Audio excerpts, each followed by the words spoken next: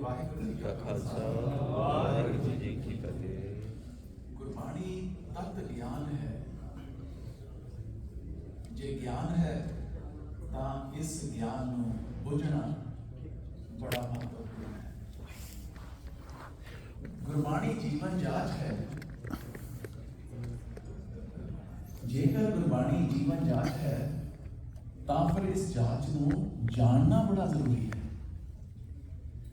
ਤਾਂ ਇੱਕ ਹੋਰ ਬੜਾ ਅਹਿਮ ਸਵਾਲ ਇਹ ਖੜਾ ਹੁੰਦਾ ਹੈ ਕਿ ਗੁਰਬਾਣੀ ਨੂੰ ਬੁੱਝਣ ਜਾਣਨ ਲਈ ਕੀ ਗੁਰਬਾਣੀ ਦੇ ਵਿੱਚ ਕੋਈ ਇਨਬਿਲਟ ਮੈਕੈਨਿਜ਼ਮ ਹੈ? ਕੋਈ ਸਾਨੂੰ ਗੁਰੂ ਸਾਹਿਬ ਹੀ ਦੱਸ ਗਏ ਹੋਣ ਕਿ ਬੱਚੋ ਇਸ ਤਰ੍ਹਾਂ ਸਮਝਣਾ ਬਾਣੀ? ਇਹ ਬੜਾ ਭਾਰੀ ਪ੍ਰਸ਼ਨ ਹੈ, ਕਿਉਂਕਿ ਅਸੀਂ ਇਹ ਪੜ੍ਹਾ ਟੱਪ ਚੁੱਕੇ ਹਾਂ।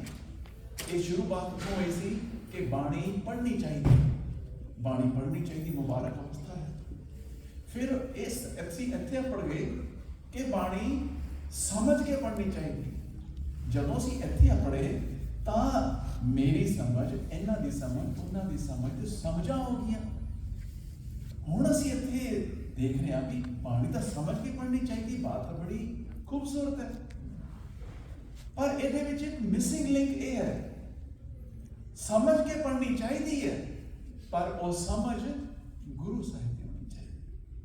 ਹੁਣ ਇਹ ਕਿਵੇਂ ਹੋਏ ਕਿ ਬਾਣੀ ਵੀ ਪੜ੍ਹੀਏ ਤੇ ਬਾਣੀ ਆਪਣੇ ਹਿਸਾਬ ਨਾਲ ਨਹੀਂ, ਬਾਣੀ ਗੁਰੂ ਸਾਹਿਬ ਦੇ ਹਿਸਾਬ ਨਾਲ। ਤੇ ਇਹਦਾ ਮਤਲਬ ਜੇਕਰ ਗੁਰੂ ਸਾਹਿਬ ਦੇ ਹਿਸਾਬ ਨਾਲ ਬਾਣੀ ਨੂੰ ਸਮਝਣਾ ਹੋਏਗਾ ਤੇ ਉਹਦਾ ਪਤਾ ਕਿੱਥੋਂ ਲੱਗੇਗਾ? ਕਿਸੇ ਕਿਤਾਬ ਚੋਂ, ਕਿਸੇ ਦੀ ਖੋਜ ਚੋਂ ਨਹੀਂ। ਉਹ ਪਤਾ ਲੱਗੇਗਾ ਗੁਰਬਾਣੀ ਦੇ ਵਿੱਚੋਂ। ਗੁਰਬਾਣੀ ਦੇ ਸਿਰਲੇਖਾਂ ਵਿੱਚ ਜ਼ਰੂਰ ਕੁਝ ਇਹੋ ਜਿਹਾ ਹੈ ਜਿਹੜਾ ਕੁਝ ਜਾਂ ਤੇ ਹੈ ਹੀ ਨਹੀਂ, ਆਪੋ ਆਪਣੀ ਸਮਝ ਹੀ ਚੱਲਣੀ। ਤੇ ਜੇ ਹੈ ਤਾਂ ਫਿਰ ਇਹ ਗੁਰਬਾਣੀ ਦੇ ਸਿਰਲੇਖਾਂ ਵਿੱਚ, ਕਿਉਂਕਿ ਥੱਲੇ ਕਿਵੇਂ ਸਮਝਣਾ ਹੈ ਇਹ ਸਿਰਲੇਖ ਵਿੱਚ ਤਾਂ ਹੋਏਗਾ। ਆਓ ਸਾਰੇ ਸਿਰਲੇਖਾਂ ਨੂੰ ਦੇਖਣ ਤੇ ਕਿ ਅਸੀਂ ਦੇਖਦੇ ਹਾਂ ਕਿ ਸਾਨੂੰ ਸਾਰੇ ਸਿਰਲੇਖਾਂ ਨੂੰ ਅਸੀਂ ਸਮਝ ਲਿਆ ਜਿਹੜੇ ਗੁਰਬਾਣੀ ਦੇ ਸਿਰਲੇਖ ਲਿਖੇ ਹੋਏ ਨੇ। ਜੇ ਆਪਾਂ ਇਹਨਾਂ ਨੂੰ ਦੇਖਦੇ ਹਾਂ, ਆਹ 3 ਸਿਰਲੇਖ ਨੇ ਮਾਝ ਦੇ। ਮਾਝ ਰਾਗ ਦੇ ਅਧਿਆਏ ਵਿੱਚ 3 ਸਿਰਲੇਖ ਨੇ। ਮਾਝ ਮਹੱਲਾ 3, ਘਰ ਪਹਿਲਾ। ਕੀ ਅਸੀਂ ਸਾਰਾ ਸਿਰਲੇਖ ਸਮਝ ਲਿਆ? ਇਹਦਾ ਮਤਲਬ ਕੀ ਹੈ? ਸਾਨੂੰ ਮਾਝ ਦਾ ਮਤਲਬ ਪਤਾ ਕਿ ਮਾਝ ਵਾਲੇ ਰਾਗ ਦੇ ਅਧਿਆਏ ਵਿੱਚ ਹੋਏਗਾ ਸ਼ਬਦ। ਇੱਕ ਗੱਲ ਹੋ ਗਈ। ਇਹ ਸਾਨੂੰ ਮਹੱਲੇ ਤੀਜੇ ਪਾਤਸ਼ਾਹ ਦਾ ਸ਼ਬਦ ਹੈ, ਇਹ ਵੀ ਸਮਝ ਲਿਆ। ਆਹ ਘਰ ਪਹਿਲਾ ਕੀ ਹੈ? ਕੀ ਇਸ ਨੂੰ ਅਸੀਂ ਸਮਝ ਲਿਆ? ਘਰ ਪਹਿਲਾ ਕੀ ਹੈ? ਇਸੇ ਤਰ੍ਹਾਂ ਘਰ ਦੂਜਾ ਵੀ ਮਾਝ ਚ ਹੀ ਹੈ, ਘਰ ਤੀਜਾ ਵੀ ਮਾਝ ਚ ਹੀ ਹੈ। ਬਾਦਸ਼ਾਹ ਦੇ ਸਿਗਨੇਚਰਸ ਬਦਲ ਰਹੇ ਨੇ, ਪਰ ਇਹ ਘਰ ਇਹ ਕੀ ਹੈ? ਕਿ ਇਸ ਨੂੰ ਸਮਝ ਚੁੱਕੇ ਹਾਂ ਅਸੀਂ ਵੀ ਘਰ ਕੀ ਹੈ? ਸਾਡੀ ਹੁਣ ਤੱਕ ਦੀ ਸਮਝ ਅਨੁਸਾਰ ਜੋ ਤੁਸੀਂ ਬਾਤਾਂ ਸੁਣੀਆਂ ਨੇ, ਦਾਸ ਨੂੰ ਇਹ ਗੱਲ ਦਾ ਜਦੋਂ ਇਲਮ ਹੋਇਆ, ਕਿਉਂਕਿ ਬਚਪਨ ਤੋਂ ਕੀਰਤਨ ਦਾ, ਫਿਰ ਯੂਨੀਵਰਸਿਟੀ ਵਿੱਚ ਖੋਜ ਖੇਤਰ ਵਿੱਚ ਜਾਣ ਦਾ, ਖੋਜ ਰਾਹੀਂ world health organisation, world animal health organisation, Switzerland ਜਾਂ ਫਰਾਂਸ ਉਹਨਾਂ ਨੇ ਬੁਲਾਉਣ ਤੇ ਉਹਨਾਂ ਦਾ, ਕਿਉਂਕਿ ਮੇਰਾ ਫੀਲਡ ਰਿਸਰਚ ਦਾ ਸੀਗਾ, ਤਾਂ ਖੋਜ ਤੇ ਮਿਊਜ਼ਿਕ। ਫਿਰ ਗੁਰਬਾਣੀ ਔਰ ਬੱਚਿਆਂ ਦੇ ਨਾਲ ਗੱਲਾਂ ਕਰਨ ਦਾ, ਇਹ ਸਾਰਾ ਜਦੋਂ ਇੱਕ ਕੈਪਸੂਲ ਗੁਰੂ ਸਾਹਿਬ ਨੇ ਵਿਦ ਬਣਾਈ ਤਾਂ ਇਹ ਖਟਕਿਆ ਅੰਦਰ ਵੀ ਇਹ ਕੀ ਹੈ? ਇਹ ਘਰ ਪਹਿਲਾ, ਦੂਜਾ, ਤੀਜਾ, ਚੌਥਾ, ਇਹ ਪਾਤਸ਼ਾਹ ਕੀ ਕਹਿ ਰਹੇ ਹੋ ਤੁਸੀਂ ਘਰ ਪਹਿਲਾ? ਤੇ ਫਿਰ ਲੋਕਾਂ ਨੂੰ ਪੁੱਛਿਆ, ਦੱਸੋ ਜੀ ਘਰ ਪਹਿਲਾ ਕੀ ਹੈ, ਦੂਜਾ ਕੀ ਹੈ? ਤੇ ਉਹਨਾਂ ਨੇ ਕਿਹਾ ਇਹ ਜੀ ਤਾਲ ਨਾਲ ਸੰਬੰਧਿਤ ਹੈ। ਇਹਦਾ ਤੁਸੀਂ ਵੀ ਸੁਣਿਆ ਹੋਣਾ ਵੀ ਘਰ ਪਹਿਲਾ ਕੋਈ ਤਾਲ ਹੈ, ਘਰ ਦੂਜਾ ਕੋਈ ਤਾਲ ਹੈ। ਚਲੋ ਠੀਕ ਹੈ, ਤਾਲ ਹੈ ਤਾਂ ਚਲੋ ਫਿਰ ਆਪਾਂ ਤਾਲ ਕਿਹੜੀ? ਫਿਰ ਅਸੀਂ ਤਬਲੇ ਵਾਲਿਆਂ ਨੂੰ ਪੁੱਛਿਆ, ਭਾਈ ਸਾਹਿਬ ਦੱਸੋ ਘਰ ਪਹਿਲੇ ਦੀ ਤਾਲ ਕਿਹੜੀ ਹੁੰਦੀ, ਘਰ ਦੂਜੇ ਦੀ ਤਾਲ ਕਿਹੜੀ ਹੁੰਦੀ? ਤੇ ਉਹ ਕਹਿੰਦੇ ਮੈਨੂੰ ਤਾਂ ਪਤਾ ਨਹੀਂ। ਫਿਰ ਕਿਹਨੂੰ ਪਤਾ? ਤਬਲੇ ਵਾਲੇ ਕਿਸੇ ਨੂੰ ਪਤਾ ਨਹੀਂ ਤਾਲ ਕਿਹੜੀ ਹੁੰਦੀ ਹੈ। ਤੇ ਫਿਰ ਜਾਂ ਤੇ ਇਹ ਤਾਲ ਨਹੀਂ ਹੈ। ਜਿਨ੍ਹਾਂ ਨੇ ਸਮਝਾਉਣਾ ਸੀ ਉਹਨਾਂ ਨੇ ਕਹਿਤਾ ਗਾਇਨ ਦਾ ਵਿਸ਼ਾ। ਗਾਇਨ ਵਾਲੇ ਖੱਬੇ ਦੇਖਿਆ ਵੀ ਤਬਲਾ ਤੇਰਾ ਵਿਸ਼ਾ ਹੈ, ਹੁਣ ਤਬਲੇ ਵਾਲਾ ਕਿੱਧਰ ਦੇਖੇ? ਇਹ ਬੜੀ ਵੱਡੀ ਵਿਡੰਬਨਾ ਹੈ। ਹੁਣ ਪਹਿਲੀ ਗੱਲ ਤਾਂ ਇਹ ਹੈ, ਜਾਂ ਤੇ ਤਾਲ ਹੀ ਹੈ, ਇੱਥੋਂ ਚੱਲਦੇ ਆ, ਫਿਰ ਤਾਂ ਮਸਲਾ ਹੱਲ ਹੈ। ਫਿਰ ਤਾਂ ਸਾਨੂੰ ਇਹਦਾ ਫਿਰ ਦਾ ਮਤਲਬ ਸਮਝਾਉਣ ਦਾ ਗੁਰੂ ਸਾਹਿਬ ਨੇ ਕੁਝ ਨਹੀਂ ਕਿਹਾ, ਇਹ ਤਾਲ ਬਾਰੇ ਜ਼ਿਕਰ ਹੈ, ਬਾਕੀ ਸਾਰੇ ਸਿਰਲੇਖ ਸਾਨੂੰ ਪਤਾ। ਹੁਣ ਦੇਖੀਏ ਕਿ ਤਾਲ, ਜੇ ਤਾਂ ਤਾਲ ਹੈ, ਪਰ ਜੇ ਤਾਲ ਨਾਲ ਸੰਬੰਧ ਨਾ ਹੋਇਆ, ਜਿਹਦਾ ਤਾਲ ਨਾਲ ਸੰਬੰਧ ਹੋਇਆ ਹੀ ਨਾ, फिर साडे सामने फिर खड़ा हो जाता है भी घर पहला दूजा तीजा फिर एक की गुरु साहब ने निर्देश किया जे ताल नहीं है। इस करके ਆਪਾਂ देखिए कि ताल है कि नहीं। हुण इहनूं देखण वास्ते फिर दोबारा कोई किताब नहीं, कोई खोजी नहीं। गुरु ग्रंथ साहब की सानू गुरु ग्रंथ साहब तो पता लगता कि ताल है कि नहीं है। आओ फैसला लईए। श्री गुरु ग्रंथ साहब जी फैसला है राग रामकली महला पंजवां पड़ताल करती जा। कर पंजवां पड़ताल, कर छेवां पड़ताल, कर नौवां पड़ताल, पड़ताल कर 13वां। जे पड़ताल ना कर लेता तो की हो गया? बहुत कुछ हो गया। की होया? व्हाट इज पड़ताल? पड़ताल होता है ताल नूं परत परत के वरतों करनी। इको शब्द चलता है पर ताल बदल रही है, हर अंतर में ताल बदल रही है। ये हुण शब्द नहीं कहांगे, इहनूं कहांगे कि पड़ताल दा कहांगे। ਇਹਦਾ मतलब की होया कि पड़ताल तालां दा समूह है। जेड़ा समूह है उस समूह का गुरु साहब ने कहता घर है। और एको घर नहीं किया, उन्होंने कभी क्या कर तीजा, कर पंजवां, छेवां, नौवां, 13वां। ਇਹਦਾ मतलब सारे समूह का एक घर है ते ਉਹ ਸਾਰੇ ਸਮੂਹ ਦਾ ਇੱਕ ਘਰ ਹੋਏ ਤੇ ਕੱਲੀ ਕੱਲੀ ਤਾਲ ਦਾ ਘਰ ਨਹੀਂ ਹੋ ਸਕਦਾ ਹੈ। ਇਹ फैसला श्री गुरु ग्रंथ साहब को मिले, गुरबाणी तो गुरु साहब को मिले। तो इसका मतलब इसका ताल नाल ते संबंध ना है ते ना सी। हुण जी ਇਹਦਾ ताल नाल संबंध नहीं सी ते जेड़े हुण तक ਇਹ कह रहे सी कि ताल है कोई, वो तो ताल गुरु साहब अनुसार ही नहीं है। फिर कुछ होर होना है। ताल तो है नहीं, क्योंकि ताल का फुल स्टॉप हो गया ना। जो गुरु साहब जेड़ी गल मैं कहां कोई कहे वो अंतर नहीं है, पर जेड़ी गल गुरु साहब कह रहे हैं, जेड़ी गल गुरबाणी कहे, जेड़ी श्री गुरु ग्रंथ साहब विच सुभायमान है, वो अंतम फैसला है। ते अंतम फैसला साडे सामने है। पड़ताल करती है, फुल स्टॉप हो जाता है ताल का चैप्टर। फिर एक ही है हो सकता है नहीं जी एक कोई राग नाल संबंध है। ओके, जेदा राग नाल संबंध है तो चलो फिर भी साडे कोल कुछ हथ पल्ले आ गया। पर जेकर इसका राग नाल भी कोई संबंध नहीं है तो फिर वापस उत्ती आ गई घर पहला सानू की निर्देश है। देखिए फैसला फिर नहीं गुरु साहब पासों। ये क्यों आपां कहंदे रहे हुण तक बड़े पेपर छपे हुए ने यूनिवर्सिटियां दे लेक्चरस दे भी इट इज ए राग।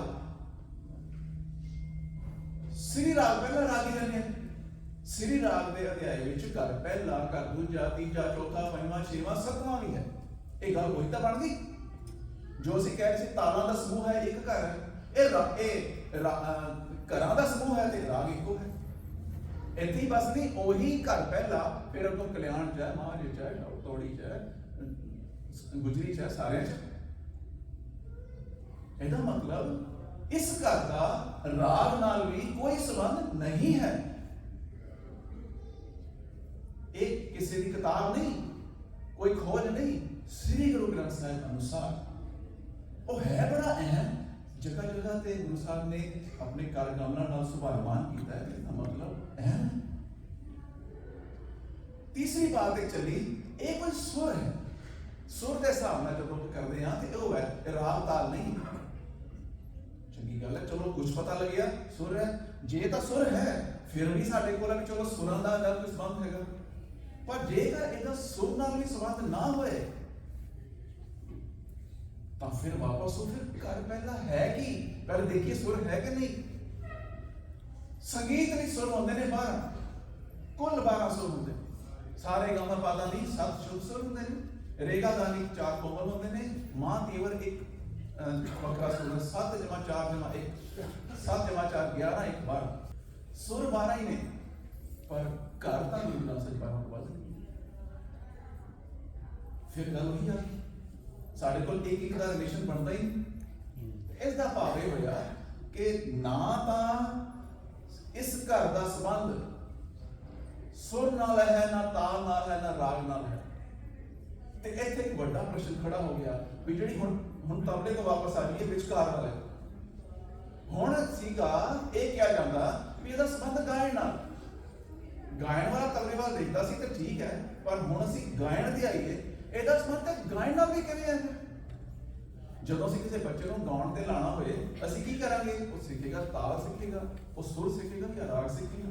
ਜਿਸ ਐਕਟੀਵਿਟੀ ਦੇ ਨਾਲ ਉਹ ਸਕੂਲ ਦੀ ਆਈ ਅਸੀਂ ਬਾਹਰ ਕਰਦੇ ਹਾਂ, ਗੁਰਦੁਆਰਾ ਸਾਹਿਬ ਦੇ ਨਾਲ ਕਰਦੇ ਹਾਂ, ਜਿਸ ਐਕਟੀਵਿਟੀ ਦਾ ਤਾਲ, ਰਾਗ ਤੇ ਸੁਰ ਨਾਲ ਕੋਈ ਸੰਬੰਧ ਹੀ ਨਹੀਂ, ਅਸੀਂ ਕਹਾਂਗੇ ਭਾਈ ਤੂੰ ਕਰਾਈ ਦੀ ਜਾਣਾ, ਇਸ ਨੂੰ ਗਾਉਣ ਵਾਸਤੇ ਕਿਹਾ ਤੂੰ ਨਾ ਤਾਂ ਤਾਲ ਕਰਾਇਆ, ਨਾ ਸੁਰ ਕਰਾਇਆ, ਰਾਗ ਕਰਾਇਆ। ਇਸ ਦਾ ਮਤਲਬ ਇਹ ਹੋਇਆ ਜਿਹੜੀ ਚੀਜ਼ ਦਾ ਇਹਨਾਂ ਤਿੰਨਾਂ ਚੋਂ ਕਿਸੇ ਨਾਲ ਕੋਈ ਸੰਬੰਧ ਨਹੀਂ, ਉਸ ਦਾ ਗਾਇਨ ਨਾਲ ਸੰਬੰਧ ਕਿਵੇਂ ਹੋ ਸਕਦਾ ਹੈ? ਇਹਦਾ ਮਤਲਬ ਪਹਿਲਾ ਪ੍ਰਸ਼ਨ ਹੀ ਖਰਾਬ ਹੋ ਗਿਆ। ਅਸੀਂ ਜਿਹੜਾ ਪਹਿਲੀ ਵਾਰੀ ਰਾਗੀ ਸਿੰਘ ਨੂੰ ਕਿਹਾ ਸੀ ਭਾਈ ਇਹਦਾ ਗਾਇਨ ਨਾਲ ਸੰਬੰਧ ਹੈ, ਗਾਇਨ ਨਾਲ ਸੰਬੰਧ ਤਾਂ ਬਣਦਾ ਹੀ ਨਹੀਂ ਪਿਆ। ਹੁਣ ਜੇਕਰ ਇਹ ਗੱਲ ਹੈ, ਸਾਡੇ ਸਾਹਮਣੇ ਇੱਕ ਵਿਡੰਬਨਾ ਖੜੀ ਹੁੰਦੀ ਹੈ ਹੋਰ, ਉਹ ਵਿਡੰਬਨਾ ਇਹ ਹੈ, ਇੱਕ ਸਵਾਨ ਕਹਿ ਕਰ ਗਾਵਣਾ, ਪਹਰਿਆ ਕਹਿ ਘਰ ਗਾਵਣਾ। ਇਹ ਘਰ ਆ ਰਿਹਾ ਸਿਆਰੀ ਵਾਲਾ ਜਿਹੜਾ ਹੈ, ਇਸ ਦਾ ਵਿਆਕਰਣ ਦਾ ਭਾਵ ਉਸ ਅਨੁਸਾਰ ਕਰਮ ਕਰ, ਉਸ ਅਨੁਸਾਰ ਗਾਵਣਾ। ਇਹ ਮਤਲਬ ਉਹੀ ਹੈ ਘਰ ਪਹਿਲਾ ਦੂਜਾ, ਇੱਥੇ ਸਿਆਰੀ ਨਾਲ ਹੈ, ਉਹ ਹਮੇਸ਼ਾ ਆਰਾਮ ਨਾਲ ਹੁੰਦਾ। ਯਾਨੀ ਇਹ ਕਹਿ ਘਰ ਗਾਵਣਾ, ਉਹਦੇ ਘਰ ਅਨੁਸਾਰ ਗਾਵਣਾ। ਹੁਣ ਇੱਥੇ ਵਿਡੰਬਨਾ ਇਹ ਆਉਂਦੀ ਹੈ, ਜਿਸ ਨੂੰ ਦੇਖ ਕੇ, ਜਿਸ ਨੂੰ ਮਾਤਰ ਦੇਖ ਕੇ ਆਪਾਂ ਇਹ ਕਿਹਾ ਹੈ ਸੰਬੰਧ ਗਾਵਣਾ, ਲਿਖਿਆ ਗਾਵਣਾ। ਵੀ ਸੱਚੇ ਪਾਤਸ਼ਾਹ ਤੁਸੀਂ ਖੁਦ ਕਹਿੰਦੇ ਹੋ ਇਹਦਾ ਸੰਬੰਧ ਤਾਲ ਨਾਲ ਨਹੀਂ, ਤੁਸੀਂ ਪੜਤਾਲ ਦਾ ਕਰ ਕਹਿੰਦਾ। ਤੁਸੀਂ ਕਹਿੰਦੇ ਹੋ ਰਾਗ ਨਾਲ ਸੰਬੰਧ ਨਹੀਂ, ਇੱਕੋ ਰਾਗ ਸਾਰੇ ਘਰ ਤੇ ਪਾਏ, ਉਹੀ ਘਰ ਸਾਰੇ ਰਾਗਾਂ 'ਚ ਪਾਏ। ਸੁਰ ਨਾਲ ਸੰਬੰਧ ਹੋ ਹੀ ਨਹੀਂ ਸਕਦਾ। ਤੇ ਤਕਨੀਕੀ ਤੌਰ ਤੇ ਗੁਰਬਾਣੀ ਗੱਲ ਕੋਈ ਵੀ ਹਲੇ ਸਾਇੰਸ ਲੱਗ ਰਹੀ ਹੈ, ਗੱਲਾਂ ਉਹਨੂੰ ਸਮਝ ਲੱਗ ਰਹੀ ਹੈ, ਪਰ ਕੋਈ ਗੱਲ ਸਾਇੰਸ ਨੇ ਅੱਜ ਤੱਕ ਤਕਨੀਕੀ ਤੌਰ ਤੇ ਗੁਰਬਾਣੀ ਦੀ ਗਲਤ ਸਾਬਤ ਨਹੀਂ ਕੀਤੀ, ਨਹੀਂ ਕਰ ਸਕੇ ਹਨ। ਇੱਥੋਂ ਪ੍ਰੇਰਨਾ ਲੈਂਦੇ ਹਨ। ਤੇ ਆਹ ਤੇ ਬੜੀ ਸ਼ੁਰੂਆਤੀ ਤੁਸੀਂ ਰਾਗ ਭਰਪੂਰ ਸਾਰੀ ਬਾਤਾਂ ਨੇ, ਇਹਦੇ ਚ ਪੜਤਾਲਾਂ ਦੀ ਬਾਤਾਂ ਨੇ, ਤੁਸੀਂ ਤਕਨੀਕੀ ਗਲਤੀ ਕਿਵੇਂ ਹੋ ਸਕਦੀ? ਤੁਸੀਂ ਗਾਵਣਾ ਕਹਿ ਰਹੇ ਹੋ ਤੇ ਨਾਲ ਕਹਿ ਰਹੇ ਹੋ ਤਾਲ ਰਾਗ ਨਾਲ ਸੰਬੰਧ ਨਹੀਂ। ਇਹ ਹੁਣ ਸਮਝਾਓ ਸਾਨੂੰ, ਇਹ ਕੀ, ਇਹਦਾ ਮਤਲਬ ਕੀ ਹੈ? ਹੁਣ ਇਹਦਾ ਮਤਲਬ ਵਿੱਚ ਅੱਛਾ ਇੱਕ ਅੱਗੇ ਚੱਲਦੇ ਹਾਂ ਹੋਰ ਕਦਮ। ਬਈ ਇਹ ਜਿੱਥੇ ਲਿਖਿਆ ਜਾਣਨੀ ਕਹਿ ਕਰ ਗਾਵਣਾ, ਇਹ ਹੈ ਸ਼ਬਦ, ਤੇ ਸ਼ਬਦ ਹੈ ਬਿਲਾਵਲ ਰਾਗ। ਮੈਂ ਸੰਗੀਤ ਦੀ ਥੋੜੀ ਵਿਦਿਆ ਲਈ ਹੈ, ਪਰ ਕੋਈ ਸ਼ੁਰੂਆਤੀ ਵਿਦਿਆਰਥੀ ਸੰਗਤ ਵਿੱਚ ਕਿਸੇ ਨੂੰ ਖੜਾ ਕਰੀਏ ਵੀ ਇੱਕ ਸ਼ਬਦ ਹੈ ਬਿਲਾਵਲ ਰਾਗ ਵਿੱਚ, ਉਹਦੇ ਉੱਤੇ ਲਿਖਿਆ ਨੂੰ ਯਾਨੜੀ ਕਹਿ ਕਰ ਗਾਵਣਾ, ਤੇ ਯਾਨੜੀ ਕਰ ਦੇਖੀਏ ਕਿ ਇਹ ਯਾਨੜੀ ਮਾਨੜਾ ਕਾਇ ਕਰੇ, ਇਹ ਛੰਤ ਹੈ, ਇਹ ਛੰਤ ਹੈ ਤਿਲੰਗ ਰਾਗ ਵਿੱਚ। ਤਿਲੰਗ ਤਿਲੰਗ ਹੈ, ਬਿਲਾਵਲ ਬਿਲਾਵਲ ਹੈ। ਬਿਲਾਵਲ ਨੂੰ ਤਿਲੰਗ ਹੋ ਕੇ ਗਾਇਆ ਨਹੀਂ ਗਾਇਆ ਜਾ ਸਕਦਾ, ਦੋਨਾਂ ਦਾ ਸੁਰ ਵੀ ਬਿਲਕੁਲ ਅੱਡ, ਦੋਨਾਂ ਦੇ ਸੁਰ ਹੀ ਅੱਡ ਨੇ। ਤੁਸੀਂ ਬਿਲਾਵਲ ਗਾ ਰਹੇ ਤੁਸੀਂ ਤਿਲੰਗ ਨਹੀਂ ਗਾ ਰਹੇ, ਤੁਸੀਂ ਤਿਲੰਗ ਗਾ ਰਹੇ ਤੇ ਬਿਲਾਵਲ ਨਹੀਂ ਗਾ ਰਹੇ। ਇਹ ਕਿਵੇਂ ਹੋ ਸਕਦਾ ਹੈ ਕਿ ਇਸ ਸ਼ਬਦ ਨੂੰ ਉਸ ਹਿਸਾਬ ਨਾਲ ਗਾਣਾ ਜਿਹੜਾ ਤਿਲੰਗ ਵਿੱਚ? ਇਹਦਾ ਮਤਲਬ ਕੋਈ ਹੋਰ ਹੈ ਗੱਲ, ਅਸੀਂ ਕੁਝ ਹੋਰ ਸਮਝ ਰਹੇ ਹਾਂ। ਹੁਣ ਉਸ ਗੱਲ ਵੱਲ ਵਧੀਏ ਆਪਾਂ। ਇੱਕ ਗੱਲ ਇਹ ਕਿ ਅਸੀਂ ਬਾਰ-ਬਾਰ ਕਹਿ ਰਹੇ ਹਾਂ ਸ਼ਬਦ ਹੈ। ਸ਼ਬਦ ਕੀ ਹੁੰਦਾ ਹੈ? ਪਹਿਲੇ ਤਾਂ ਆਹੀ ਸ਼ਬਦ ਹੁੰਦਾ ਕੀ ਗੁਰਬਾਣੀ ਦੀ ਭਾਸ਼ਾ ਵਿੱਚ? ਗੁਰਬਾਣੀ ਦੀ ਸ਼ਬਦਾਵਲੀ ਬੜੀ ਵਿਲੱਖਣ ਹੈ। ਗੁਰਬਾਣੀ ਦੀ ਸ਼ਬਦਾਵਲੀ ਦੀ ਵਿਲੱਖਣਤਾ ਵਿੱਚ ਹੀ ਸਾਰਾ ਕੁਝ ਛੁਪਿਆ ਹੈ। ਸ਼ਬਦ ਅਸੀਂ ਬੋਲਦੇ ਨਾ ਸ਼ਬਦ ਸੁਣਾਓ, ਮੈਂ ਸ਼ਬਦ ਸੁਣਾਇਆ, ਮੈਂ ਸ਼ਬਦ ਵਿਆਖਿਆ ਕੀਤੀ, ਮੈਂ ਸ਼ਬਦ ਸੁਣਿਆ, ਸ਼ਬਦ ਸਰਵਣ ਕੀਤਾ। ਸ਼ਬਦ ਕੀ ਹੁੰਦਾ ਹੈ? ਆਪਾਂ ਸਕੂਲ ਦਾ LKG UKG ਦਾ ਵਿਦਿਆਰਥੀ ਸ਼ਬਦ ਕੀ ਹੁੰਦਾ ਹੈ? ਇਹ word made of letters is a ਸ਼ਬਦ। ਆਪਾਂ ਹਿੰਦੀ ਪੰਜਾਬੀ ਚ ਇੱਥੇ ਬੋਲਦੇ ਸ਼ਬਦ, ਪਰ ਕੀ ਗੁਰਬਾਣੀ ਦਾ ਸ਼ਬਦ ਉਹੀ ਸ਼ਬਦ ਜਿਹੜਾ ਸੀ ਇੱਥੇ ਬੋਲਦੇ? ਇੱਥੇ ਗੁਰੂ ਸਾਹਿਬ ਨੇ 999 ਅੰਕ ਤੇ ਸ਼ਬਦ ਦਾ ਸਿਰੇ ਲਿਖਿਆ। ਆਹ ਸ਼ਬਦ ਇਹ ਹੁੰਦਾ ਭਾਈ, ਪਹਿਲਾ ਪਦਾ, ਦੂਜਾ ਪਦਾ, ਤੀਜਾ ਪਦਾ, ਚੌਥਾ ਪਦਾ, ਰਹਾਉ ਦਾ ਪਦਾ, ਇਹਦੇ ਉੱਪਰ ਰਹਿ ਲਿਖ ਸ਼ਬਦ, ਥੱਲੇ ਏਕਲ ਆਇਆ, ਇਹ ਸਾਰਾ ਸ਼ਬਦ ਹੈ। That means ਸ਼ਬਦ in Gurbani is a group of stanzas। ਪਦਾਂ ਦਾ ਸਮੂਹ ਸ਼ਬਦ ਹੁੰਦਾ ਹੈ। ਸ਼ਬਦ ਇੱਕ ਵਿਧਾਨ ਹੈ ਜਿਹਦੇ ਚ ਰਹਾਉ ਹੁੰਦਾ ਹੈ, ਕਿਤੇ ਨਹੀਂ ਹੁੰਦਾ, ਉਹਦਾ ਮਤਲਬ ਵੱਖਰਾ ਹੈ। ਅਸੀਂ ਰਹਾਉ ਹਲੇ ਸਮਝਿਆ ਨਹੀਂ ਹੈ, ਕਿਉਂਕਿ ਰਹਾਉ ਜੁੜਿਆ ਹੋਇਆ ਘਰ ਦੇ ਨਾਲ, ਕਿਉਂਕਿ ਅਸੀਂ ਘਰ ਨਹੀਂ ਸਮਝਿਆ। ਘਰ ਸੂਤਰ ਹੈ ਗੁਰਬਾਣੀ ਦਾ। ਜਪਜੀ ਸਾਹਿਬ ਕਿਉਂ ਨਹੀਂ ਹੈ ਰਿਪੀਟ ਹੁੰਦਾ, ਜਦ ਕਿ ਬਾਕੀ ਸਾਰੀਆਂ ਆਰੰਭਕ ਬਾਣੀਆਂ ਰਿਪੀਟ ਹੁੰਦੀਆਂ। ਇਸ ਦਾ ਉੱਤਰ ਘਰ ਵਿੱਚ ਹੈ। ਜਿਹੜਾ ਸ਼ਬਦ ਹੈ ਇਹ ਵਾਲਾ ਅਸੀਂ ਕਹਿ ਰਹੇ ਹਾਂ ਕਿ ਇਹ ਵਾਲਾ ਸ਼ਬਦ ਹੈ ਜਿਹੜਾ ਬਿਲਾਵਲ ਰਾਗ ਚ। तो शब्द ਵਿੱਚ ਅਸੀਂ ਉੱਥੇ ਆ ਜਾਵਾਂਗੇ, ਇਹ ਸਾਰੇ ਪਦਾਂ ਦਾ ਸਮੂਹ। ਪਰ ਇਹ ਉਸ ਛੰਦ ਦੇ ਨਾਲ, ਛੰਦ ਗਾਇਕੀ ਹੋਰ ਹੈ, ਸ਼ਬਦ ਗਾਇਕੀ ਹੋਰ ਹੈ। ਪਰ ਇਹਦੀ ਬਾਤ ਛੁਪੀ ਕਿਤੇ ਹੋਈ ਹੈ। ਜਦੋਂ ਸ਼ਬਦ ਸਮਝਦੇ ਹਾਂ, ਸ਼ਬਦ ਨੂੰ ਸ਼ਬਦ ਤੋਂ ਸਮਝਣਾ ਸਾਡਾ ਪਹਿਲਾ ਕਦਮ ਹੈ ਇਸ ਗੱਲ ਨੂੰ, ਗੁਰਬਾਣੀ ਦੀ ਵਿਲੱਖਣਤਾ ਨੂੰ ਜਾਣਨ ਦਾ। ਜੇ ਅਸੀਂ ਹਾਲੇ ਸ਼ਬਦ ਨੂੰ ਸ਼ਬਦ ਕਹਿ ਰਹੇ ਹਾਂ ਤੇ ਹਾਲੇ ਅਸੀਂ ਉਹ ਵਾਲੇ ਦਰਵਾਜ਼ੇ 'ਚ ਵੜੇ ਨਹੀਂ ਹਾਂ। ਪਹਿਲਾ ਕਪਾਟ ਇਹ ਹੈ ਕਿ ਸ਼ਬਦ ਹੋਰ ਹੁੰਦਾ ਹੈ, ਸ਼ਬਦ ਹੋ ਜਾਂਦਾ ਹੈ। ਹੁਣ ਅਸੀਂ ਆਉਂਦੇ ਹਾਂ ਕਿ ਫਿਰ ਸਾਡਾ ਅਗਲਾ ਪੜਾਅ, ਵੱਡਾ ਪੜਾਅ ਇਹ ਹੈ ਵੀ ਗਾਇਨ ਨਿਰਾ ਗਾਇਨ ਹੀ ਹੁੰਦਾ ਹੈ ਗੁਰਬਾਣੀ ਦਾ ਕਿ ਕੁਝ ਹੋਰ ਵੀ ਹੁੰਦਾ ਹੈ। ਜਦੋਂ ਅਸੀਂ ਅੰਦਰ ਵੜਦੇ ਆ, ਆਪਣੇ ਦੇਖਦੇ ਆ ਤੇ ਕਪਾਟ ਖੋਲ ਜਾਂਦੇ ਸੱਚੇ ਪਾਤਸ਼ਾਹ। ਇਹ ਮੈਂ ਤਾਂ ਜਪਜੀ ਸਾਹਿਬ ਤੁਸੀਂ ਇਹਨਾਂ ਕਪਾਟ ਖੋਲੇ ਪਏ ਨੇ। ਗਾਵਨ ਤੁਧਨੋ ਪੰਡਤ ਪੜਨ ਰਖੀ ਸੁਰ, ਜੁਗ ਜੁਗ ਵੇਦਾਂ ਨਾਲੇ। ਜੁਗਾ ਜੁਗਾਂਤਰਾਂ ਤੋਂ ਪੰਡਤ ਤੇ ਮਹਾਰਖੀ ਵੇਦਾਂ ਨੂੰ ਸਮਝ ਰਹੇ ਨੇ, ਵੇਦਾਂ ਦੀ ਵਿਚਾਰ ਕਰ ਰਹੇ ਨੇ।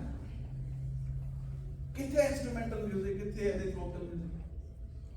दूसरी बात, गावे को दात जाने निशान, जपजी साहब कोई उसकी दाता नहीं, उसकी निशानी समझदा है। लिखे गावे, गावे लिखे पर दा मतलब है समझना। कोई दाता नहीं उसकी निशानी समझदा है। कितनी सरल बात है, ये समझना है। गावे को विद्या, विद्या का भाव कम तो विचार ना ले, विद्या विचारी ता परोपकारी। तो विद्या लिखिया गावे, विद्या ਨੂੰ ਕਿਵੇਂ, ਕਿਹੜਾ ਇੰਸਟਰੂਮੈਂਟਲ, ਕਿਹੜਾ ਡਾਂਸ, ਕਿੱਥੇ ਮਿਊਜ਼ਿਕ ਦੇ ਵਿੱਚ ਵਿਦਿਆ। ਗਾਵੇ ਲਿਖਿਆ ਗਾਵੇ ਹੈ ਕਿਉਂਕਿ ਗੁਰਬਾਣੀ ਦੀ ਸ਼ਬਦਾਵਲੀ ਪੰਜਾਬੀ ਤੋਂ ਭਿੰਨ ਹੈ। ਗੁਰਬਾਣੀ ਦੀ ਸ਼ਬਦਾਵਲੀ ਸੰਸਕ੍ਰਿਤ, ਹਿੰਦੀ ਤੋਂ ਵਿਲੱਖਣ ਹੈ। ਸਾਨੂੰ ਸਮਝਣਾ ਪਏਗਾ ਗੁਰਬਾਣੀ ਦੀ ਭਾਸ਼ਾ ਨੂੰ, ਗੁਰਬਾਣੀ ਦੀ ਸ਼ਬਦਾਵਲੀ ਨੂੰ। ਗਾਵੇ ਦਾ ਮਤਲਬ ਸਮਝਣਾ ਵੀ ਹੁੰਦਾ ਹੈ, ਵਿਚਾਰਨਾ ਵੀ ਹੁੰਦਾ ਹੈ, ਰਜ਼ਾ ਵਿੱਚ ਰਹਿਣਾ ਵੀ ਹੁੰਦਾ ਹੈ। ਗਾਵੇ ਤੁਹਾਨੂੰ ਪੌਣ ਪਾਣੀ ਵਸੰਤਰ, ਉਹ ਕੋਈ ਮਿਊਜ਼ਿਕ ਕਰ ਰਹੇ ਨੇ। ਪੌਣ ਉਸਦੀ ਰਜ਼ਾ ਵਿੱਚ ਹੈ, ਵਿਚਰਦੀ ਹੈ। ਪਾਣੀ ਰਜ਼ਾ ਵਿੱਚ ਵਿਚਰਦਾ ਹੈ, ਅੱਗ ਰਜ਼ਾ ਵਿੱਚ ਵਿਚਰਦੀ ਹੈ। ਕਿੱਥੇ ਮਿਊਜ਼ਿਕ ਹੈ? ਲਿਖਿਆ ਗਾਵੇ, ਰਜ਼ਾ ਵਿੱਚ ਰਹਿਣਾ। ਇਹਦਾ ਮਤਲਬ ਹੋਰ ਮਤਲਬ ਹਨ। ਗੁਰਬਾਣੀ ਨੂੰ ਪੰਜਾਬੀ ਦੀ ਐਨਕ ਨਾਲ ਨਹੀਂ ਸਮਝਿਆ ਜਾ ਸਕਦਾ। ਗੁਰਬਾਣੀ ਨੂੰ ਸਮਝਣ ਲਈ ਗੁਰਬਾਣੀ ਦੀ ਐਨਕ ਲਾਣੀ ਪਏਗੀ। ਸਾਨੂੰ ABC ਤੋਂ ਸ਼ੁਰੂ ਹੋਣਾ ਪਏਗਾ। ਗਾਵੇ ਕੋ ਸਾਜ ਕਰੇ ਤਨਖੇ, ਕੋਈ ਇਸ ਤਰ੍ਹਾਂ ਸਮਝਦਾ ਹੈ ਕਿ ਉਹ ਸਾਜਨਾ ਕਰਦਾ ਹੈ, ਰਚਨਾ ਕਰਦਾ ਹੈ, ਫਿਰ ਤਨ ਨੂੰ ਖੇ ਕਰ ਦਿੰਦਾ ਹੈ। ਸਾਜਨਾ ਕਰਨ ਤੇ ਖੇ ਕਰਨ ਵਿੱਚ ਕਿੱਥੇ ਵੋਕਲ ਮਿਊਜ਼ਿਕ? ਲਿਖਿਆ ਗਾਵੇ ਸਮਝਦਾ ਹੈ ਕੋਈ ਇਸ ਤਰ੍ਹਾਂ। ਗਾਵੇ को कोई इस तरह समझदा को गावे को जी लै फिर दे, ओ जी लै लैंदा फिर दे दिंदा। दादा तुर जांदा, भुख आ जांदा। कई इस तरह समझदे। गावे को जापे से दूर, कोई समझते नहीं, सब कुछ मानते हैं, समझते नहीं। गावे को जापे से दूर, हम जापदा कितने दूर है। गावे को लेके हादरा दूर, कई समझते हैं कि हाजिर नाजिर। जपजी साहब रोज पढ़ते हैं,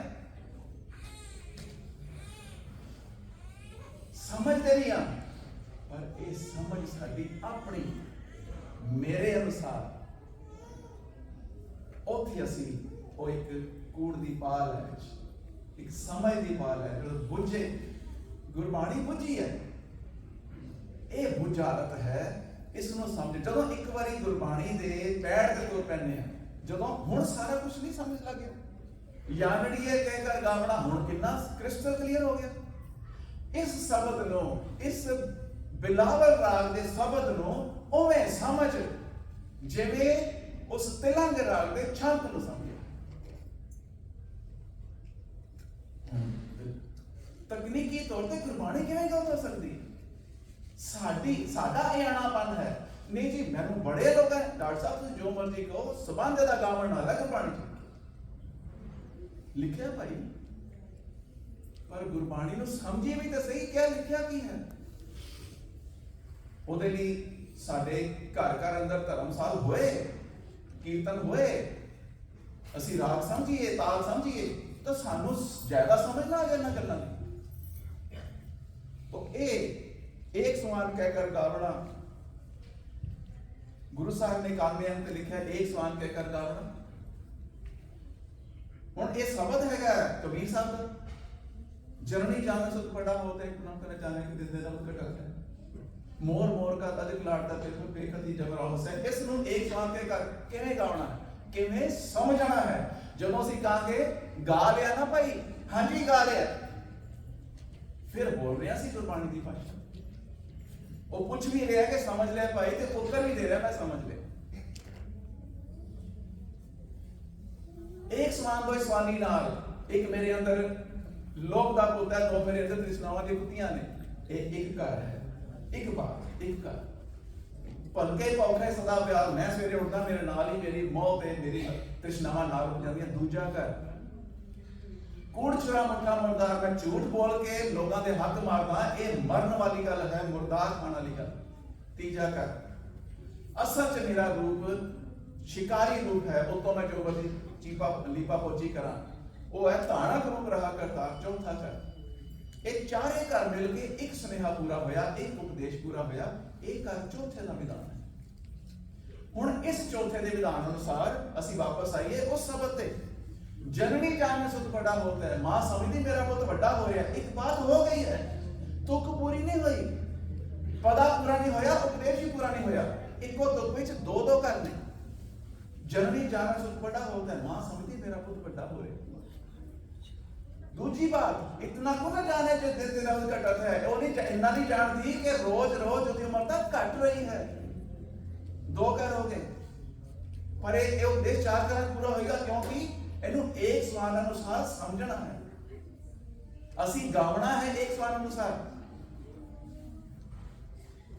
मोर मोर कर अधिक लाडता, मेरा मेरा करती ते होर होर लाड करती है। तीजा कर पेकथी जमराओ हसे, यमराज नूं देख के हस रहा है। गुरु साहब ने वो चीज़ां वरतियां ने जिहड़ियां सानूं समझ आंदियां, जे तुहानूं यमराज समझ आंदा ते यमराज ही समझ लो, नहीं तां वो सिस्टम देख रहा है। चार कर इਉਂ चार करां नाल आ दो तुकां लंबियां लंबियां नूं इस तरह चार करां समझांगे। जे असीं इस तरह समझ रहे हां ना, ते एक सवाल कहकर गावना अनुसार भावें लुधियाने च, भावें लोडाई च, भावें तुसीं इत्थे यूलिसिस, सारे आपां इको मतलब इको तरह के समझांगे। ये है गुरु साहब अनुसार समझना। गुरबाणी विच गुरबाणी नूं समझण दा इनबिल्ट मैकेनिज्म, घर दा विधान। इस गुरबाणी दे घर दा असल महत्व की है? इस गुरबाणी दे घर दा असल महत्व है उस गुरबाणी की मौलिकता, ओरिजिनैलिटी। जदों असी इस तरह समझते हां, असी उवें समझण दे पात्र बन रहे हां जिवें गुरु साहब सानू समझण लई निर्देश कर रहे हैं भी बच्चा एक समान कह कर समझ लो। फिर असी एक समान ते जाने, एक समान तो स्वानी नाल भलके भौखे कूड़ चुरा मठा मुर्दार ताना चार। अच्छा चार ने, अच्छा एक समान मतलब चार है। जिस एक समान नु क्या है ਉਹਦੇ ऊपर लिखता गुरु साहब ने चौथा। आ देखो ਇਹਦੇ ऊपर लिखता था चौथा, एक का चौथा होते भी तो लिख सकते जल्दी जाने के ऊपर। पर गुरु साहब इस तौर ते सानू तोरिया है भी देखो कर अप्लाई करो, ਉਹਦੇ ਹਿਸਾਬ ਨਾਲ ਸਮਝੋ। ਇਹ है ओरिजिनलिटी, मौलिकता। सारी दुनिया भर च हर पदे दा, हर शब्द दा, हर छंद दा, हर वार दा, हर बाणी दा इको मतलब, एक सारता। ये है साडी सारे दी इको समझ, गुरबाणी अनुसार समझ। एक इससे अपनन तक दास नूं 20 साल तो वध लगे, पर पातशाह ने ये बल दित्ती रखिया, उदम दई रखिया, थापड़ा दई रखिया। कोई मेरी पाया नहीं, पर गुरु साहब जिते छड़ी रखते हो बोलता। पर पातशाह मेरा जीवन धन है कि इस घर की जी गुंजल है, इसको थोड़ा जिहा संगतां दे चरणों च रखण जोगा। गुरबाणी के सुनेहे हुण आपां देखिए भी हुण ਇਹ ਤਾਂ ਗੱਲ ਸਮਝ ਲੱਗੀ ਵੀ ਨਾ ਇਹ ਸਤਾਰ ਹੈ, ਨਾ ਸੁਰ ਹੈ, ਨਾ ਰਾਗ ਹੈ। ਇਹ ਬਾਣੀ ਨੂੰ ਸਮਝਣ ਦੇ ਤਰੀਕੇ ਨੇ, ਤੇ ਫਿਰ ਆਪਾਂ ਸਮਝਣ ਵਿੱਚ ਅੰਦਰ ਬੜੀਏ ਘਰ ਦੇ ਹਿਸਾਬ ਨਾਲ। ਘਰ ਦੇ ਹਿਸਾਬ ਨਾਲ ਕੀ ਹੁੰਦਾ ਹੈ, ਸੁਨੇਹੇ ਕਿਹੋ ਜਿਹੇ ਹੁੰਦੇ ਨੇ ਗੁਰਬਾਣੀ ਦੇ। ਇਹੋ ਜਿਹਾ ਸੁਨੇਹਾ ਹੁੰਦਾ ਹੈ, ਇੱਕੋ ਤੋਂ ਕੋਈ ਸ਼ੁਰੂ ਹੁੰਦਾ ਹੈ, ਉਸੇ ਤੋਂ ਕੁਝ ਪੂਰਾ, ਮਤਲਬ ਨਵੀਂ ਬਾਤ ਸ਼ੁਰੂ ਹੋਏਗੀ ਪਰ ਉਹ ਖੁੱਲੀ ਨਹੀਂ ਛੱਡੀ ਜਾਊਗੀ, ਉਹ ਬਾਤ ਉੱਥੇ ਹੀ ਖਤਮ ਹੋਏਗੀ। ਇਸ ਸੰਵਿਧਾਨ ਦਾ ਉਸ ਵੇਲੇ ਸੰਗਤੀ ਨੌਲੇਜ ਸੀ, ਤਾਂ ਹੀ ਲੜੀਵਾਰ ਸਰੂਪ ਤੋਂ ਪਾਠ ਉਸ ਵੇਲੇ ਪ੍ਰਾਪਤ ਸਿੰਘ ਕਰ ਲੈਂਦੇ ਸੀ। ਅੱਜ ਨਹੀਂ ਅਸੀਂ ਕਰ ਪਾਉਂਦੇ, ਪਰ ਜਦੋਂ ਘਰ ਦੀ ਜਾਣਕਾਰੀ ਹੋਗੀ ਤੇ ਫਿਰ ਕਰਨ ਜੋਗੇ ਹੋ ਸਕਾਂਗੇ। ਇੱਕ ਤੋਂ ਡੰਡੀਆਂ ਤੱਕ ਸਾਰਾ ਇੱਕੋ ਘਰ ਹੈ, ਇੱਕੋ ਘਰ ਪਹਿਲਾਂ ਤੁਰਿਆ ਆਉਂਦਾ ਹੈ। ਜਦੋਂ ਸੁਨੇਹਾ ਉਪਦੇਸ਼ ਇੱਕੋ ਤੁਕ ਚ ਸ਼ੁਰੂ ਹੋਏ, ਇੱਕੋ ਤੁਕ ਵਿੱਚ ਪੂਰਾ ਹੋ ਜਾਏ, ਖਤਮ, ਫੁੱਲ ਸਟਾਪ, ਇਹ ਘਰ ਪਹਿਲਾਂ ਹੁੰਦਾ ਹੈ। ਦੂਸਰੇ ਪਾਸੇ ਅਸੀਂ ਦੇਖਾਂਗੇ ਵੀ ਹੈ ਇੰਨਾ ਫਰਕ ਹੈ। ਇੱਕ ਇਹੋ ਜਿਹਾ ਸੁਨੇਹਾ ਹੈ, ਸ਼ੁਰੂ ਇੱਕ ਤੁਕ ਤੋਂ ਹੋਏਗਾ ਪਰ ਕਦੀ ਇੱਕ ਤੁਕ ਚ ਖਤਮ ਨਹੀਂ ਹੋਏਗਾ, ਉਹ ਦੂਜੀ ਤੁਕ ਚ ਜਾ ਕੇ ਖਤਮ ਹੋਏਗਾ। ਦੋ ਤੁਕਾਂ ਰਲਣਗੀਆਂ ਤੇ ਉਪਦੇਸ਼ ਪੂਰਾ ਹੋਏਗਾ। ਜੇਕਰ ਸਾਨੂੰ ਪਤਾ ਲੱਗ ਜਾਏ ਤਾਂ ਫਿਰ ਅਸੀਂ ਲੜੀਵਾਰ ਤੇ ਆਣਾ ਜਾਵਾਂਗੇ। ਹੁਣ ਦੇਖੋ ਸੋਦਰ ਬਾਤਾਂ ਸ਼ੁਰੂਆਤੀ ਨੇ, ਦੇਖੋ ਨਿਤਨੇਮ ਦੀਆਂ ਬਾਤਾਂ। ਸੋਦਰ ਤੇਰਾ ਕਿਹਾ ਸੋ ਕਰ ਕਿਹਾ, ਇੱਕ ਨਵਾਂ ਵਿਸ਼ਾ ਸ਼ੁਰੂ ਕੀਤਾ ਹੈ। ਤੇਰਾ ਤੋਂ ਉਹ ਤੇਰਾ ਦਰਵਾਜ਼ਾ ਕਿੱਦਾਂ ਦਾ, ਤੇਰਾ ਘਰ ਹੀ ਕਿੱਦਾਂ ਦਾ ਜਿਹਦੇ ਬਾਹਰ ਦਰਵਾਜ਼ਾ ਲੱਗੇ। ਇਹ ਗੱਲ ਤਾਂ ਪੁੱਛਣਾ ਬਣੀ, ਹਾਲੇ ਤਾਂ ਗੱਲ ਸ਼ੁਰੂ ਹੋਈ ਹੈ। ਗੱਲ ਸ਼ੁਰੂ ਹੋਏਗੀ ਤੁਕ ਵਿੱਚ। ਤੁਕ ਕਿੱਥੇ ਤੱਕ ਹੁੰਦੀ ਹੈ, ਦੋ ਡੰਡੀਆਂ ਤੱਕ ਤੁਕ ਹੁੰਦੀ ਹੈ। ਪਤਾ ਨਹੀਂ ਹੁੰਦਾ, ਜਦੋਂ ਡੰਡੀਆਂ ਚੱਲੀ ਜਾਣ ਤੁਕਾਂ ਹੀ ਚੱਲਦੀਆਂ ਨੇ। ਪਤਾ ਉਦੋਂ ਹੋਵੇ ਤਾਂ ਏਕਾ ਲੱਗੇ, ਉਹ ਹੁਣ ਪਤਾ ਹੋ ਗਿਆ। ਇੱਕ ਤੁਕ ਦੀ ਗੱਲ ਕਰ ਰਹੇ ਆਪਾਂ, ਇੱਕ ਤੁਕ ਵਿੱਚ ਵਿਸ਼ਾ ਨਵਾਂ ਸ਼ੁਰੂ ਹੋਏਗਾ, ਇੱਕ ਤੁਕ ਵਿੱਚ ਹੀ ਪੂਰਾ ਹੋ ਜਾਏ। ਸੋਦਰ ਤੇਰਾ ਕਿਹਾ ਸੋ ਕਰ ਕਿਹਾ, ਇਹ ਵਿਸ਼ਾ ਸ਼ੁਰੂ ਹੋਇਆ। ਜਿੱਥੇ ਬਹਿ ਕੇ ਤੂੰ ਸਾਰਿਆਂ ਦੀ ਸੰਭਾਲ ਕਰ ਰਿਹਾ ਹੈ, ਹੁਣ ਵਿਸ਼ਾ ਜਿਤ ਬਹਿ ਸਰਬ ਸਮਾਂ। ਦੂਸਰਾ ਵਿਸ਼ਾ ਦੂਜੀ ਤੁਕ ਸ਼ੁਰੂ ਹੋਏਗਾ, ਵਾਜੇ ਤੇਰੇ। ਇਹਦਾ ਜਿੱਥੇ ਤੋਂ ਬਹਿ ਕੇ ਸੰਭਾਲ ਕਰ ਰਿਹਾ ਨਾਲ ਸੰਬੰਧ ਨਹੀਂ ਹੈ, ਇਹ ਦੂਜਾ ਵਿਸ਼ਾ। ਪਰ ਪਹਿਲਾ ਵਿਸ਼ਾ ਸ਼ੁਰੂ ਹੋਇਆ ਤੇ ਅੰਤ ਹੋਇਆ ਇੱਕੋ ਤੁਕ ਵਿੱਚ। ਇਹ ਹੁੰਦਾ ਚਰਨ ਘਰ ਪਹਿਲੇ ਦਾ। ਜਿੱਥੇ ਜਿੱਥੇ ਗੁਰਬਾਣੀ 'ਚ ਘਰ ਪਹਿਲਾ ਲਿਖਿਆ ਹੈ, ਆ ਚਰਨ ਚੱਲੇਗਾ।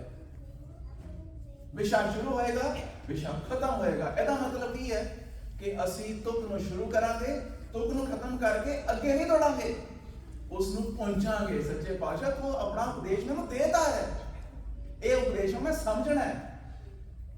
ਇਹ ਉਪਦੇਸ਼ ਮੈਨੂੰ ਕੀ ਕਹਿ ਰਿਹਾ, ਦੂਜੀ ਤੋਂ ਰਟਨ ਕਿਉਂ ਭਾਜੜ ਕਿਉਂ ਪਈ ਹੈ। ਘਰ ਪਹਿਲਾ ਗੁਰੂ ਸਾਹਿਬ ਦਾ ਉਪਦੇਸ਼ ਤਾਂ ਹੋ ਹੀ ਗਿਆ। ਵਾਜੇ ਤੇਰੇ ਨਾਲ ਅਨੇਕ ਅਸੰਖ, ਕੇਤੇ ਤੇਰੇ ਵਾਹਣ ਹਾਰੇ। ਅਸੰਖਾਂ ਵਜਾਣ, ਅਸੰਖਾਂ ਤਰ੍ਹਾਂ ਦੀਆਂ ਨਾਦ ਆਵਾਜ਼ਾਂ ਚੱਲ ਰਹੀਆਂ ਨੇ।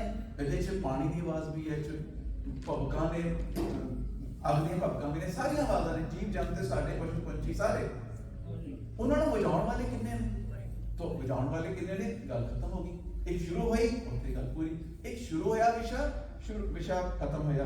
ਕੇਤੇ ਤੇਰੇ ਭਾਂਤ ਦੇ ਰਾਗ ਜਿਹੜੇ ਨੇ, ਕੇਤੇ ਤੇਰੇ ਰਾਗ ਪਰੀ ਸੋ ਕਹੀ ਹੈ। ਆਪਾਂ ਕਹਿੰਦੇ ਆ ਨਾ ਕਿੰਨੇ ਤਰ੍ਹਾਂ ਦੇ ਨੇ, ਭਾਂਤ ਦੇ। ਕੇਤੇ ਤੇਰੇ ਗਾਉਣ ਹਾਰੇ, ਉਹਨਾਂ ਨੂੰ ਗਾਉਣ ਵਾਲੇ ਕਿੰਨੇ ਨੇ। ਤੋ ਗਾਇਨ ਵਾਸਤੇ ਵੀ ਆਉਂਦਾ ਗੁਰਬਾਣੀ 'ਚ, ਗਾਇਨ ਸਮਝਣ ਵਾਸਤੇ ਵੀ ਆਉਂਦਾ, ਵਿਚਾਰਨ ਵਾਸਤੇ ਵੀ ਆਉਂਦਾ, ਰਜ਼ਾ ਵਿੱਚ ਰਹਿਣ ਵਾਸਤੇ ਵੀ ਆਉਂਦਾ ਗਾਇਨ ਦੇ। ਔਰ ਮਹਾਨ ਪੁਰਸ਼ ਤੁਸੀਂ ਦੇਖੋ, ਭਾਈ ਕਾਨ ਸਿੰਘ ਨਾਭਾ ਜੀ ਦੀ ਬਹੁਤ ਵਧੀਆ ਜਿਹੜੀ ਸਾਡੇ ਕੋਲ ਦੇਣ ਹੈ। ਇੱਕ ਇੱਕ ਸ਼ਬਦ ਦੇ ਕਿੰਨੇ ਲੱਗੇ ਨੇ, ਇਹ ਕੋਈ ਨਵੀਂ ਗੱਲ ਵੀ ਨਹੀਂ ਹੈ। ਪਰ ਗਾਇਨ ਸਾਨੂੰ ਦੂਸਰੀ ਭਾਸ਼ਾ ਦਾ ਸਾਡੇ ਤੇ ਜਿਹੜਾ ਇੰਨਾ ਪ੍ਰਭਾਵ ਹੈ, ਅਸੀਂ ਗਾਇਨ ਨੂੰ ਸਿਰਫ ਸੰਗੀਤਕ ਗਾਇਨ ਸਮਝ ਕੇ ਟਪਲਾ ਗਿਆ। ਹੁਣ ਇੱਕ ਤੁਕ ਤੋਂ ਸ਼ੁਰੂ ਹੋਏਗਾ, ਇੱਕ ਤੁਕ ਵਿੱਚ ਕਦੀ ਖਤਮ ਨਹੀਂ ਹੋਏਗਾ, ਦੂਸਰੇ ਤਰ੍ਹਾਂ ਦਾ। ਆਓ ਦੇਖੋ, ਸੁਣ ਵੱਡਾ ਆ ਕੇ ਸਭ ਕੋਏ, ਦੋ ਡੰਡੀਆਂ ਆ ਗਈਆਂ, ਤੁਕ ਪੂਰੀ ਹੋ ਚੁੱਕੀ ਹੈ, ਉਪਦੇਸ਼ ਪੂਰਾ ਨਹੀਂ ਹੋਇਆ ਹੈ। ਇਹ ਫਰਕ ਹੈ। ਸੁਣ ਵੱਡਾ ਆ ਕੇ ਸਭ ਕੋਏ, ਸੁਣ ਕੇ ਤਾਂ ਸਾਰੇ ਕਹਿ ਦਿੰਦੇ ਨੇ ਕਿ ਵੱਡਾ ਹੈ, ਵੱਡਾ ਵੱਡਾ, ਪਰ ਇਹ ਉਪਦੇਸ਼ ਨਹੀਂ ਪੂਰਾ ਹੋਇਆ, ਤੁਕ ਪੂਰੀ ਹੋਈ ਹੈ। ਇਹਦਾ ਸੁਨੇਹੇ ਦਾ ਢੰਗ ਉਹ ਪਹਿਲੇ ਸੁਨੇਹੇ ਤੋਂ ਬਿਲਕੁਲ ਵੱਖਰਾ ਹੈ। ਸੁਣ ਕੇ ਤਾਂ ਸਾਰੇ ਕਹਿ ਦਿੰਦੇ ਨੇ ਬਹੁਤ ਵੱਡਾ ਹੈ, ਪਰ ਕਿੰਨਾ ਵੱਡਾ ਹੈ ਇਹ ਤਾਂ ਮਾਣ ਕੇ ਪਤਾ ਲੱਗਦਾ ਹੈ ਕਿ ਵੱਡਾ ਡੀਠਾ। ਜਦ ਤੱਕ ਇਹ ਨਹੀਂ ਜੁੜੇਗਾ ਤੁਸੀਂ ਤਾਂ ਅਧੂਰੀ ਬਾਤ ਕਰ ਰਹੇ ਹੋ। ਆਪਾਂ ਅਸੀਂ ਸਮਝ ਰਹੇ ਹਾਂ ਆਪਣੇ ਆਪਣੇ ਅਨੁਸਾਰ। ਜਦੋਂ ਗੁਰੂ ਸਾਹਿਬ ਅਨੁਸਾਰ ਸਮਝਾਂਗੇ ਘਰ ਦੂਜਾ, ਉਹ ਪਹਿਲਾ ਘਰ ਸੀਗਾ, ਘਰ ਪਹਿਲਾ, ਇਹ ਘਰ ਦੂਜਾ। ਕੋਈ ਵੀ ਇੱਕ ਘਰ ਸ਼ੁਰੂ ਹੋਏਗਾ, ਇੱਕ ਵਿਸ਼ਾ ਸ਼ੁਰੂ ਹੋਏਗਾ, ਇੱਕ ਵਿਸ਼ਾ ਹੋਰ ਨਾਲ ਜੁੜੇ ਹੀ ਘਰ ਜੁੜੇਗਾ ਤਾਂ ਉਪਦੇਸ਼ ਪੂਰਾ ਹੋਏਗਾ, ਨਹੀਂ ਤਾਂ ਉਪਦੇਸ਼ ਪੂਰਾ ਨਹੀਂ ਹੋ ਸਕਦਾ, ਕਿਉਂਕਿ ਘਰ ਦੂਜੇ ਦਾ ਹੈ। ਗੁਰੂ ਸਾਹਿਬ ਨੇ ਇੰਨੇ ਨੇੜੇ ਹੋ ਕੇ ਬਾਤ ਪੜੀ ਹੋਈ ਹੈ ਸਾਡੀ। ਘਰ ਦੂਜਾ, ਦੋ ਦੋ ਬਾਤਾਂ, ਕੀਮਤ ਪਾਏ ਨਾ ਕਹਿਆ ਜਾਏ, ਨਾ ਮੈਂ ਉਹਦੀ ਕੀਮਤ ਪਾ ਸਕਦਾ, ਨਾ ਮੈਂ ਉਹਦੇ ਬਾਰੇ ਵਿਖਿਆਨ ਕਰ ਸਕਦਾ। ਹਾਲੇ ਉਪਦੇਸ਼ ਪੂਰਾ ਨਹੀਂ ਹੋਇਆ। ਜੇ ਮੈਂ ਉਹਦਾ ਬਾਰੇ ਵਿਖਿਆਨ ਕਰਨ ਲੱਗਾ, ਮੈਂ ਤੂੰ ਕਰਦਾ ਤੂੰ ਹੀ ਹੋ ਜਾਵਾਂਗਾ, ਕਹਿਣੇ ਵਾਲੇ ਤੇਰੇ ਰਹੇ ਸਮਾਂ। ਇਹ ਹੁਣ ਅਸੀਂ ਇਸ ਵਿਸ਼ੇ ਨੂੰ, ਇਸ ਉਪਦੇਸ਼ ਨੂੰ ਉਸ ਤਰ੍ਹਾਂ ਸਮਝਿਆ ਜਿਸ ਤਰ੍ਹਾਂ ਗੁਰੂ ਸਾਹਿਬ ਸਾਨੂੰ ਸਮਝਾ ਰਹੇ। ਐਡਾ ਭਾਰੀ ਅੰਤਰ ਹੈ।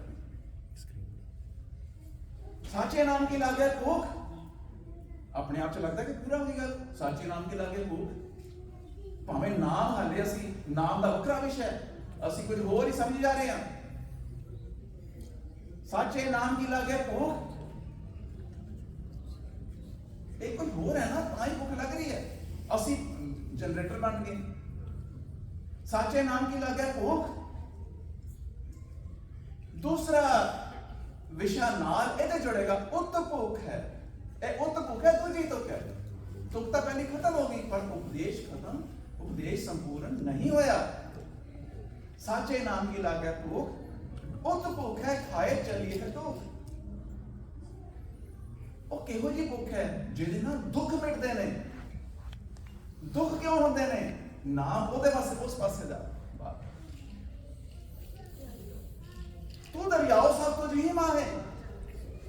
ਤੁਕ ਪੂਰੀ ਹੋ ਗਈ ਹੈ, ਵਿਸ਼ਾ ਪੂਰਾ, ਵਿਸ਼ਾ ਇੱਕ ਹੋਇਆ, ਉਪਦੇਸ਼ ਪੂਰਾ ਨਹੀਂ ਹੋਇਆ। ਤੂੰ ਦਰਿਆਓ ਸਭ ਕੁਝ ਹੀ ਮਾਂ ਹੈ, ਤੁਝ ਬਿਨ, ਇਹ ਤੁਝ ਹੀ, ਤੁਝ ਬਿਨ ਉਹ ਨਾਲ ਮਿਲਣਗੇ ਤਾਂ ਉਪਦੇਸ਼ ਪੂਰਾ ਹੋਏ।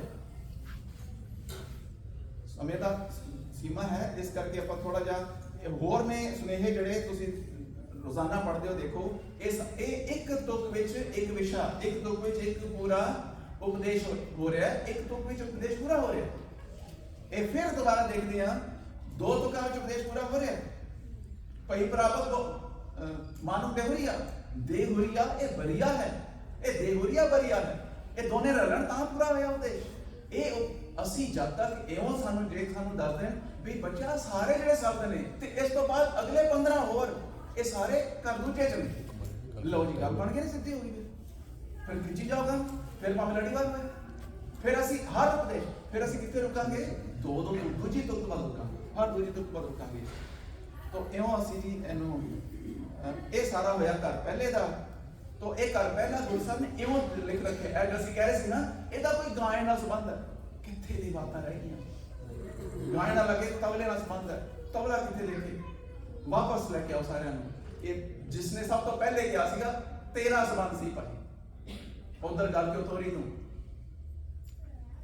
ਘਰ ਪਹਿਲਾ ਗੁਰੂ ਸਾਹਿਬ ਨੇ ਜਿਹੜਾ ਇੱਥੇ ਸੁਭਾਇਮਾਨ ਕੀਤਾ ਹੈ, ਇਹ ਸਾਰੇ ਸ਼ਬਦ ਦੇਖੋ, ਮੋਤੀ ਦਾ ਮੰਤਰ ਰੁਸਲ ਹੈ, ਰਤਨੀ ਦਾ ਹੋਏ ਜਿਹੜਾ, ਇੱਥੇ ਰੁਕ ਜਾ ਭਾਈ, ਸਮਝ ਇਸ ਗੱਲ ਨੂੰ, ਫਿਰ ਅੱਗੇ ਚੱਲੀ।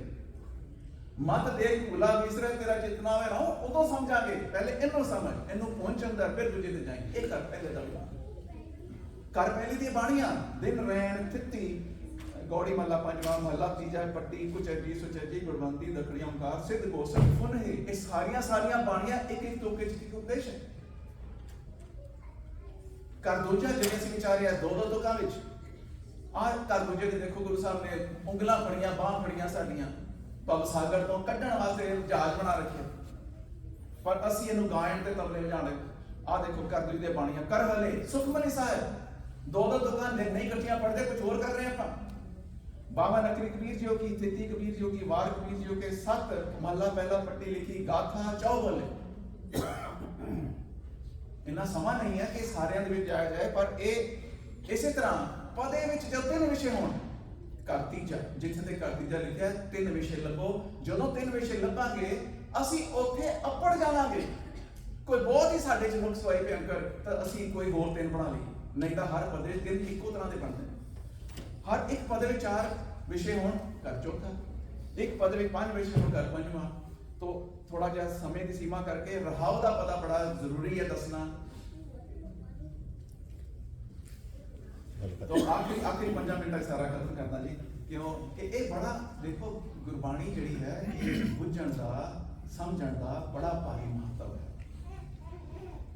रहाव दा पता की हुंदा है, बड़ा भारी टपला है, बहुत भारी टपला है। बिना घर की जानकारी तो रहाव दा नहीं पता लग सकता है। किने दिता है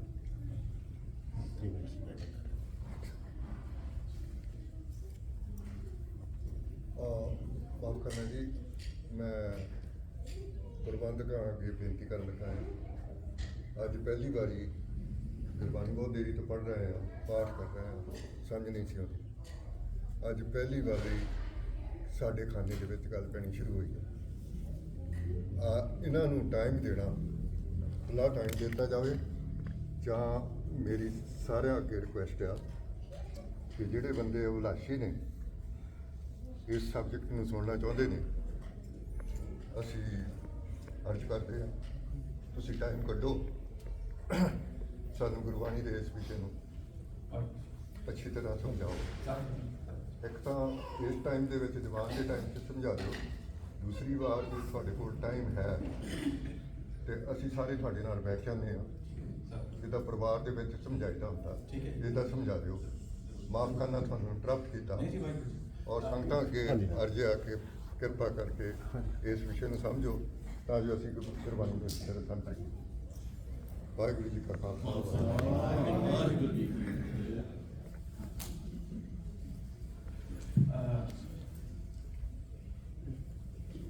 रहाओ दा पता क्योंकि तुरिया बात में ना लकड़ी रह जाए एक 2 मिनट मैं टोटल 5 मिनट माइंड अप करता हूँ सारा पर वो जरूर बड़ा कीमती है जी। आप जी दे मैं सिर चुकदा है इस भावना पे ते मैं हमेशा हाजिर हाँ।